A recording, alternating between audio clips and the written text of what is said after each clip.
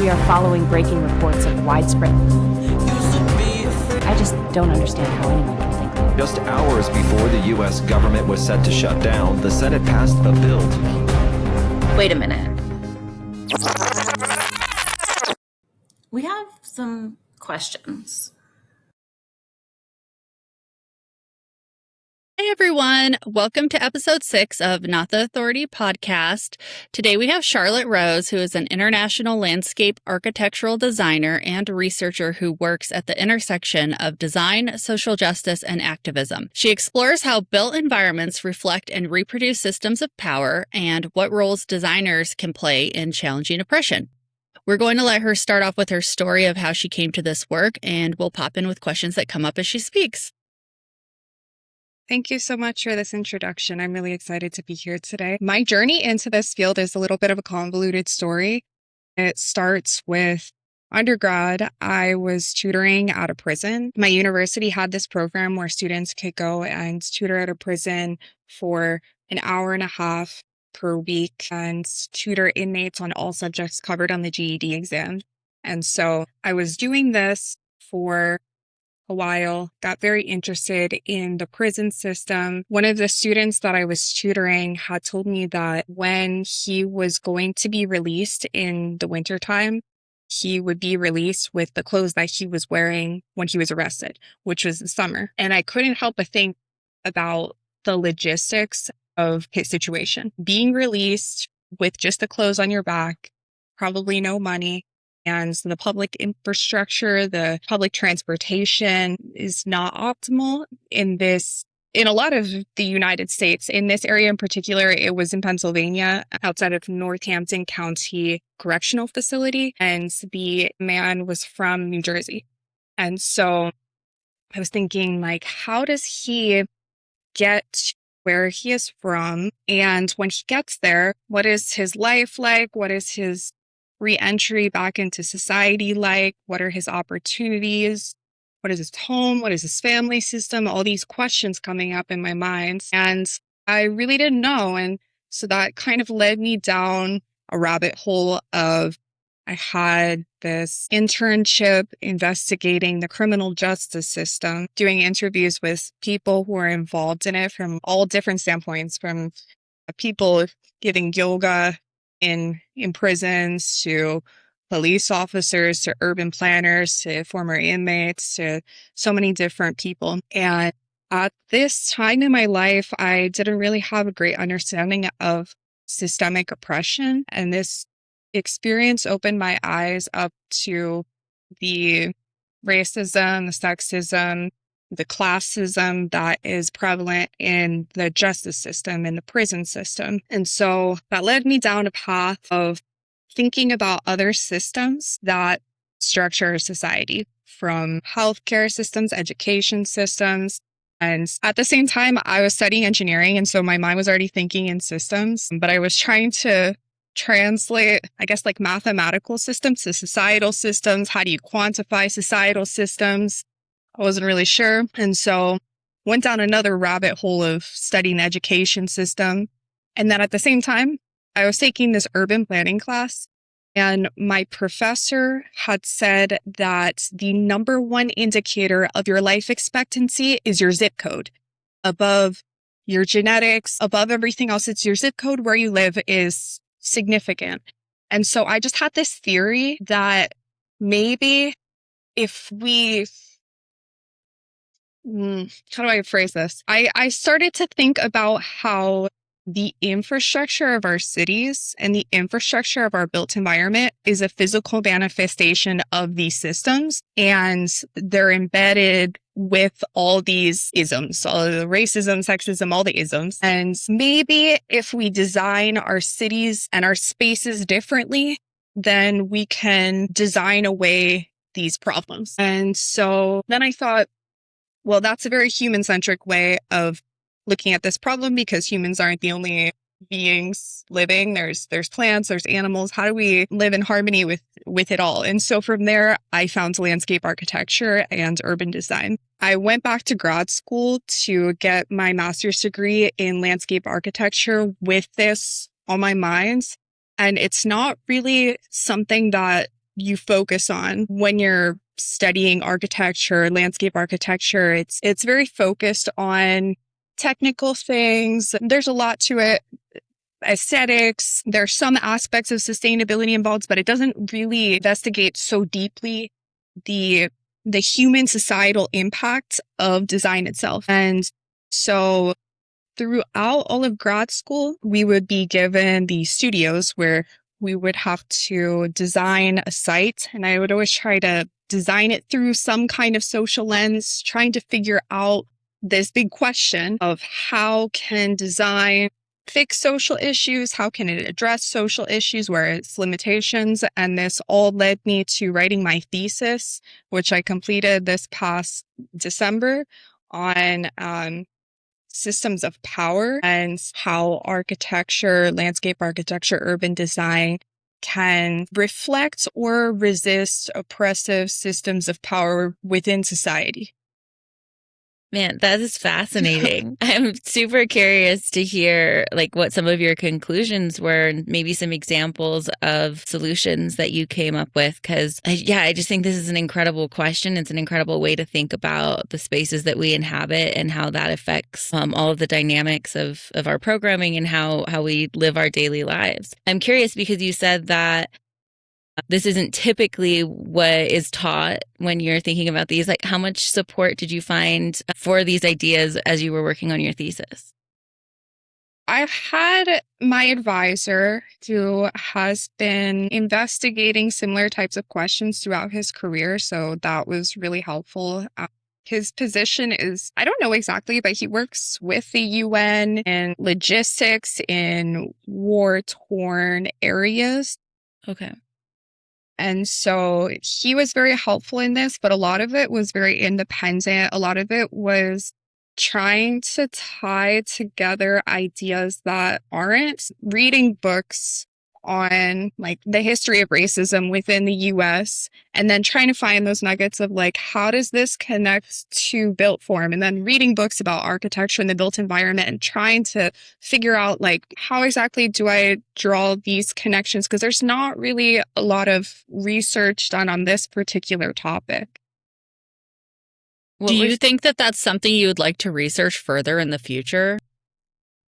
When I wrote my thesis, it was this really big, broad topic and trying to cover as much as possible about questions such as who is welcome in spaces? How does the body that you're in, your race, your gender, your sexuality, how does that affect whether or not you'll be welcome somewhere or not welcome or tolerated, or there's a whole range of how welcome someone feels in a place. What are some of the elements that you identified that would determine that comfort level within a space? Were there any specific like structures or present items that make a space more welcoming and accessible for everyone?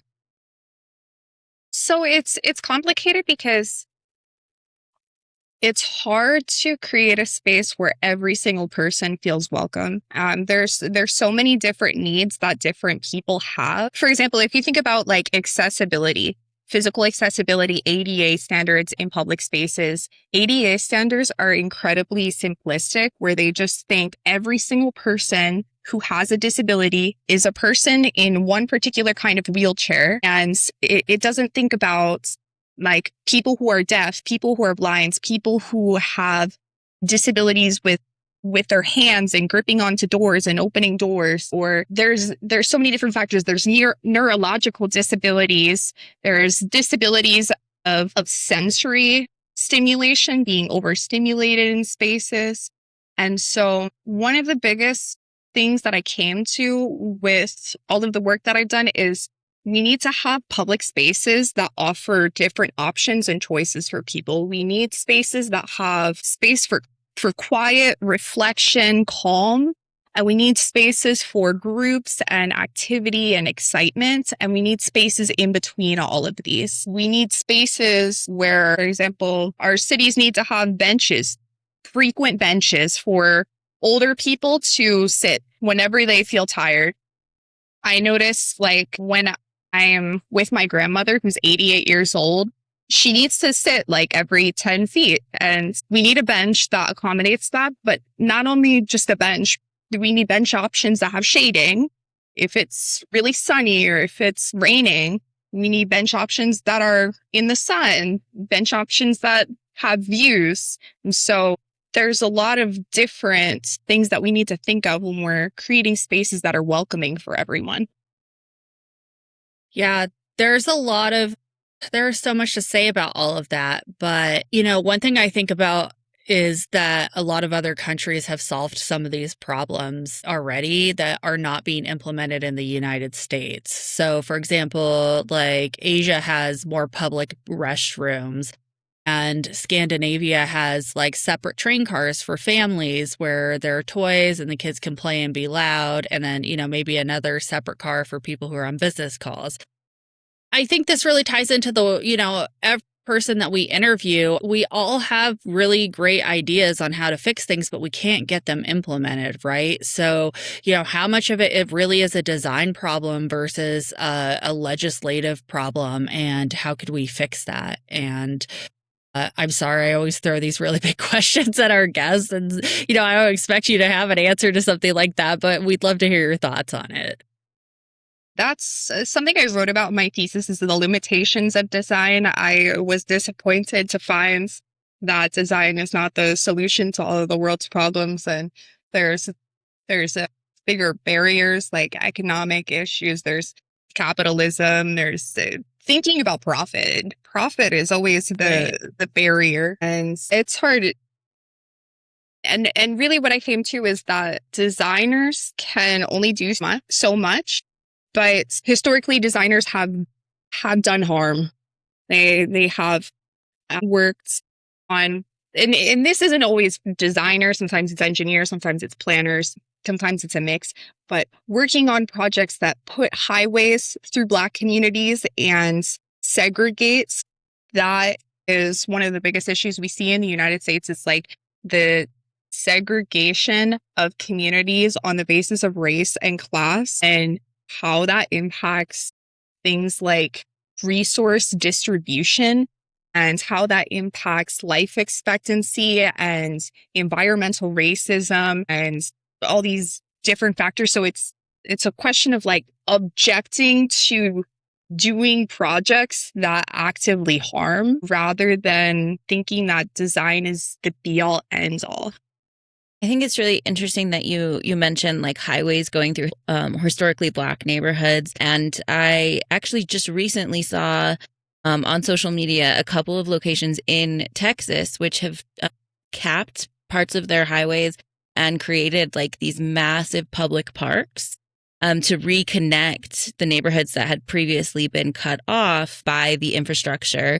And they've had like this huge boom of, community centeredness. And I think that that's a really good example of how we can, because obviously we can't just tear down all of our existing infrastructure and replace it with something that would be better. It would be wonderful to have the resources and the buy-in for all of that for us to be able to do that as a whole. But I thought that how they had created, this public place where they can now have farmers markets. And obviously there's playgrounds, and then there's parks with grass and trees. So you're bringing back some of the biodiversity to the area a little bit to combat, obviously, the smog and the pollution from the highway itself. In your work, have you come across any other examples of designers or communities that might be doing some projects that are exciting to kind of combat some of these things?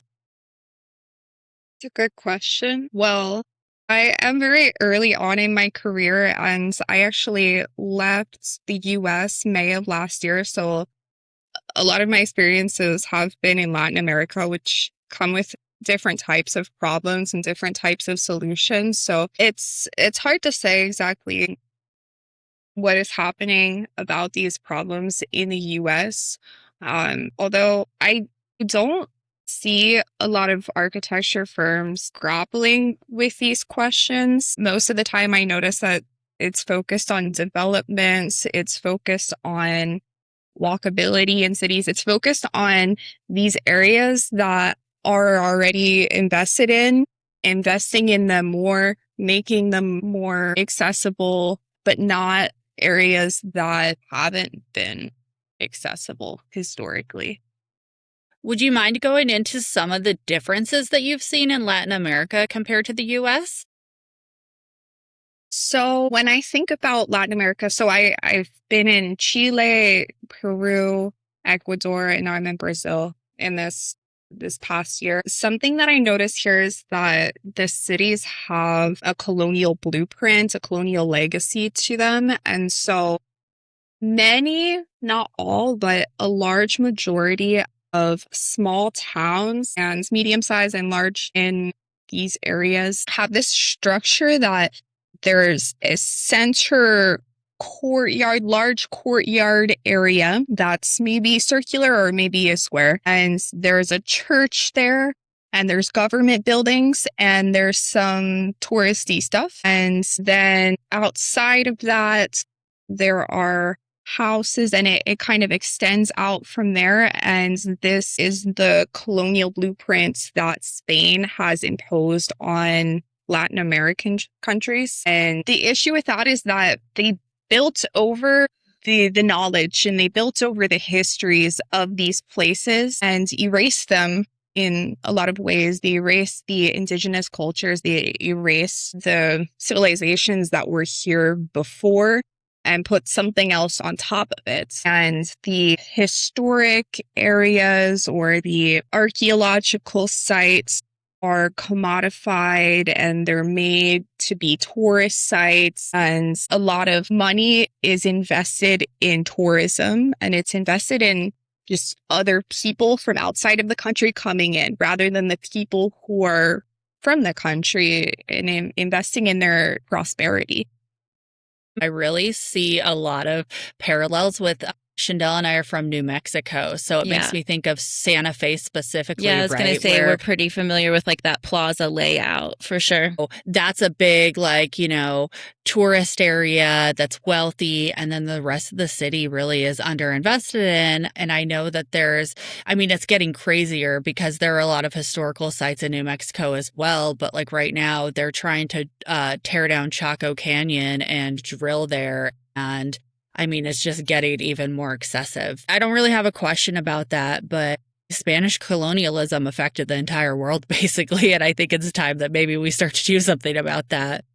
Yeah, I think that growing up in the Southwest, I have a really clear picture of what you're describing that maybe other people who don't have that experience might not. And then also with visiting Latin America a little bit myself, like the infrastructure in the smaller communities is really lacking, and they put all of it into commodifying anything interesting, but really stripping the story from the people themselves and telling the stories for them rather than allowing them to speak them. And one of the things that I think is really interesting when I think about this concept is I think about Bandelier in New Mexico. Sarah, I'm not sure if you've been there, but it's an older, I believe, Pueblo community. And they built into the rocks and into the mountains there. And it is a national park site now. And so we're able to go and visit it. And I think about the structures and the way that the indigenous people lived with the land and the way that the structure was built up to encourage community participation and intergenerational living. And I wonder if we had, if colonialism hadn't come in and just completely desecrated these very workable, very, regenerative and sustainable systems, if we wouldn't be in a much better place as a whole in North America. I wonder too, I love museums, and I feel like I was in Chicago a couple of years ago and they had an exhibit about this, but I feel like there's some historical gaps there too, as far as what happened to these communities, because the story that has always been told is that, they just disappeared and we don't know what happened to them, and maybe it was drought, but bye. And honestly, I think there maybe needs to be some more honest investigation into the effects of colonialism and what happened to those communities. And, this may be ignorant of me because maybe some other people know about it and it's just not put in museums, but that also seems problematic. So I don't know. We're down a rabbit hole right now. No, I think like I remember going to Chichen Itza and we had actually a really aware tour guide when we were there. And he mentioned like, they talk about how everybody just disappeared. And he's like, and that's not what happened. Like they left the cities and dispersed into the region, but we're all still here. And I think you're right, Sarah. I think that it trips me out sometimes to think about how many stories we have from like, the 1400s from Europe. We have all these stories about like the castles and the knights and the, the developments and the art that was happening in Europe during these times. And then you see the like Puebloan like ruins and you realize it's the same time in history and we don't have the same kind of storytelling and the same understanding about the technology and the insights and the art that these groups of people were creating at the same time. And I know some of that is said, at least communicated to us, to be a lack of written documentation. Although we all know that colonialism has a way of desecrating those things and getting rid of them. But yeah, I mean, I know that we're rabbit holing here, but I always think about that. Like it really trips me out that we have so much more of an understanding and I think a personalization of that time period in history from a European lens than what we do here. When obviously evolutionarily, they were ahead of the game in many ways when it came to like food forests and ways to like their government systems, the way that they operated and worked with one another was far more sophisticated in a lot of ways than what was actually occurring in Europe. And I think that this is something that I saw a lot in my travels. When I was in Peru, I learned, I can't remember the name. I think they're Chapoyas people in Peru, in like southern Peru. They found ways of growing at altitudes that we don't know how to grow at. And it really made me realize that the type of knowledge that we value in our society is skewed. It's skewed toward a European perspective, and indigenous ways of knowing the environment, the plants, the animals, all of it is interconnected. The land is treated as not important, even though it is extremely important for the health of our planet.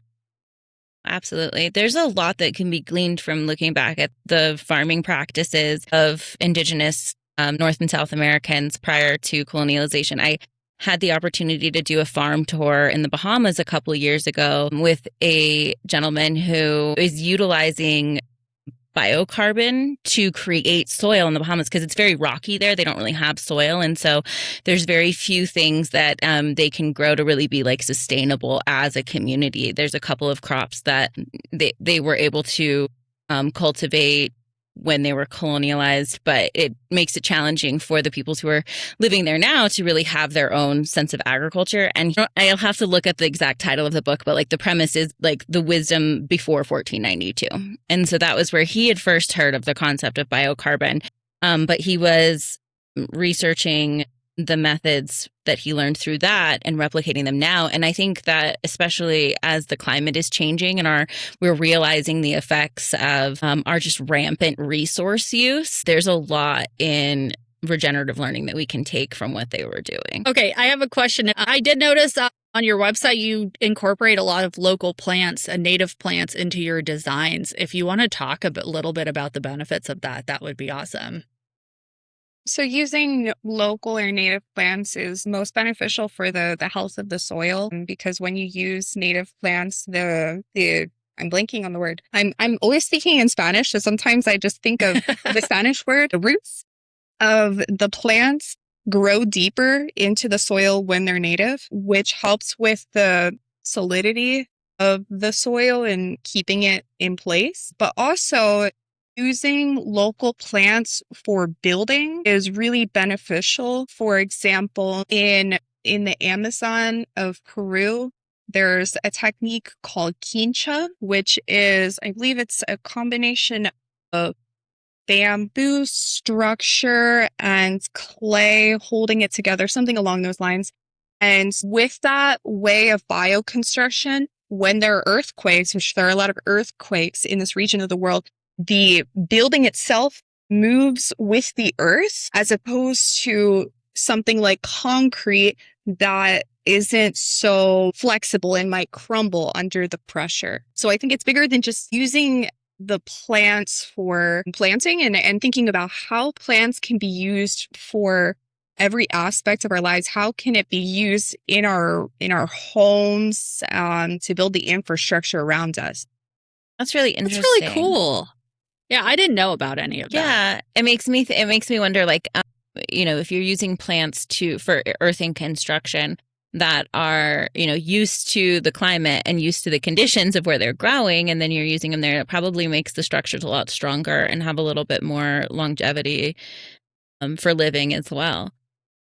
I am working as a research mentor for this website called Polygents, where I'm mentoring this student who is doing research on bioclimatic house design in Palawan, Philippines. And over the past several months, we have been looking into what grows in this area, what kinds of bamboo grow there, what kinds of plants, what kinds of agro waste are there, and how can that be used in the design of a home, and how does that respond to the climate that is there and the flooding and like rains and winds, and how does that all play a part together?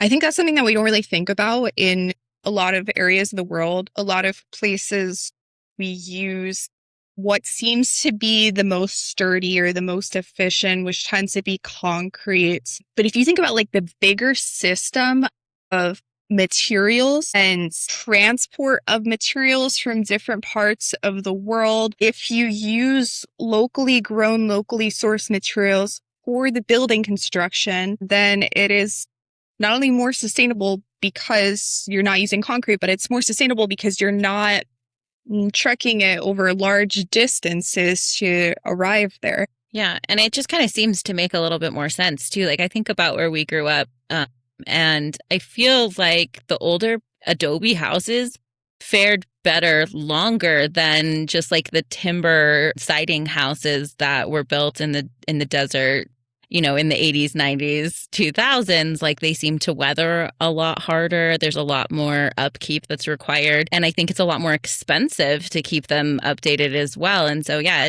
I think it's just very practical, in addition to like, being more sustainable and saving on the costs of transport, and to use what is already in your area because those materials came from that area and are able to withstand it better. I've never really thought about it before, so I can definitely understand how your work and the research that you're doing must really challenge, the people that you're working with to think outside the box, to think about these things, because we live in these systems. And, I grew up seeing all of these buildings and houses, but like, you don't really think about all the minutia here. So I think it's really cool that you're doing this work and you're supporting others and doing it as well. Thank you. A challenge in this is there's this idea that concrete houses are a status symbol, and that if you use local plant materials to build your home, that you're poor.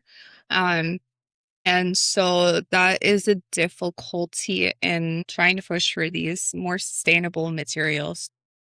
Yeah, and I think like building codes is probably a big issue because obviously we were talking about this the other day, actually, because I live within a couple of hours of Crestone, Colorado, and they're an area that they don't have any county building codes. And so people are able to build like these really cool earthen structures, these like homes that are, sustainable and regenerative for the area. But then you also do have people who just have like subpar living arrangements as well. And so I can understand from a civic perspective the need to have safety in designing and constructing buildings that people are going to be living and working in.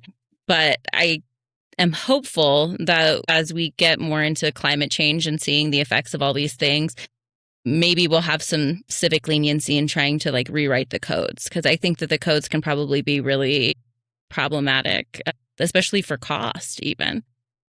Yeah, I think that the US has a lot of standards that kind of cement problems into place. Like when we talked about highways cutting through neighborhoods and segregating communities, like because of the codes and bureaucracy and the whole process of undoing that, it won't be undone. It'll just be something that we live with. Whereas if we're building with materials that are more flexible and can be taken apart and put back together, and as we learn more as a society, as we see the consequences of our building decisions, of our design decisions, then we can undo it in an easier way. But there is that limitation of codes and regulations and restrictions in the US that isn't the same in places like Peru.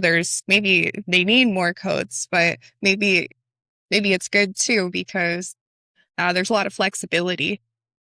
So this reminds me of one of my favorite books, and I think about it all the time. It's called A Libertarian Walks Into a Bear, and it's about all these people who wanted to have their own, sovereign community with no rules. They all moved to this place in New Hampshire, and it really discussed all the problems they ran into. Like one lady loved to feed the bears sugar donuts, right? But then other people were like, well, this is causing a lot of problems. And they, couldn't get a fire department together. So stuff was burning down and they couldn't, get trash disposal sorted out. But like the main issue really was that these people could not come together as a community to agree on like what a reasonable amount of regulation would be, right? Or like how to create community like fire departments and stuff. And so I think about it a lot because that's really the problem. Like, how do we have a reasonable amount of, regulation and codes, for safety reasons and also not overdo it? Chandel and I are going to interview next week. We're having a series on the city council where I live in Minnesota, and they did something crazy where, this gentleman works for a nonprofit and he wanted to build an ADU unit in his yard so that he could host unhoused families for a while, and the ADUs were permitted, but then when he brought his plan to get a permit, they shut it down and said no, nobody can build these anymore. And that's another like regulation and community issue, and like his neighbors got involved. And, there are so many good ideas, and it's just like I always get stuck on how do we get enough people to agree to reasonable standards without, doing a power grab or something. That's something that they talk about a lot in urban planning is the missing middle. Like we have these options of housing that are single family homes, but we don't have a lot of options of middle size homes. And I think like that just points to the deeper issue of there's not always a lot of choice in the places that we live or the ways that we create community. Maybe it doesn't have to be, I don't know, one set way of determining regulations or standards. Maybe it could be many different options. Maybe there can be a lot of different options of communities that people could live in rather than just one set way, because one set way doesn't work for everyone. Yeah, it's hard to make those alternatives a reality without money, though, right? And, one thing I think about as a millennial is, it's kind of like you get on the Monopoly board at the end of the game and everything's been bought up. So your options for even starting something are just, you're so far down the ladder, it becomes impossible. But we shouldn't give up. I mean, I think you've given us a lot of really good ideas about how to think about some of this stuff in a better way. Yeah. What are you most excited about in your research right now, or something that's happening in your field right now that gives you hope for how things are moving forward? I am working part-time as a visual interpreter where I help assist blind and low vision people navigating through public spaces virtually. So like navigating through airports, navigating through public parks, things like that. And I don't know if there's really a lot of thought into how blind people navigate spaces because design is very visual field, but it's something that I've been investigating independently lately is like, how do you think about design through different senses? How do we design spaces I don't know, in a way of sounds or smells or other factors to make it more accessible. I don't know if that answers your question. Yeah, no, I think that it's really cool how you're finding ways to continue your research independently and together. And I'm really excited to kind of hear where that might take you and what insights you might have in the future when you get a little further into that. That's my grandfather is aging and has lost his vision and his hearing now, and how he navigates and feels comfortable, or whether he feels comfortable in a space, has really become top of mind for the family who's assisting him day to day. And so I think that you're asking really important questions. I'm super curious about this and will be carrying this curiosity and this thinking with me. I can tell through the day because I'm already just like, my brain is just racking. So I'm super grateful that you were able to join us today and share some of your questions and your insights. Yeah, there's so much. So I can only imagine how exciting it is for you to have these questions just constantly coming up and analyzing. So it's such an interesting way to look at the world that we live in. Thank you. Yeah, it's frustrating sometimes because I feel like our society just treats this as like special interest material, and it's really not. We're talking about it because it affects literally everybody. So hopefully, yeah, thank you for doing your part and sharing everything with us. It was really exciting. And if we ever have any questions about something related to this, we're going to come back to you.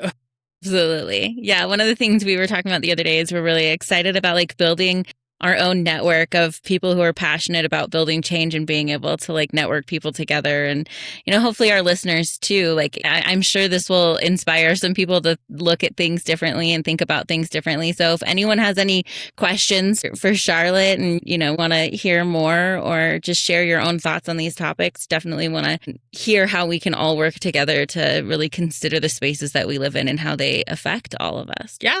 Well, yes. Thank you so much. Okay. I think this is a good place to end. So thanks everyone for listening and stay curious.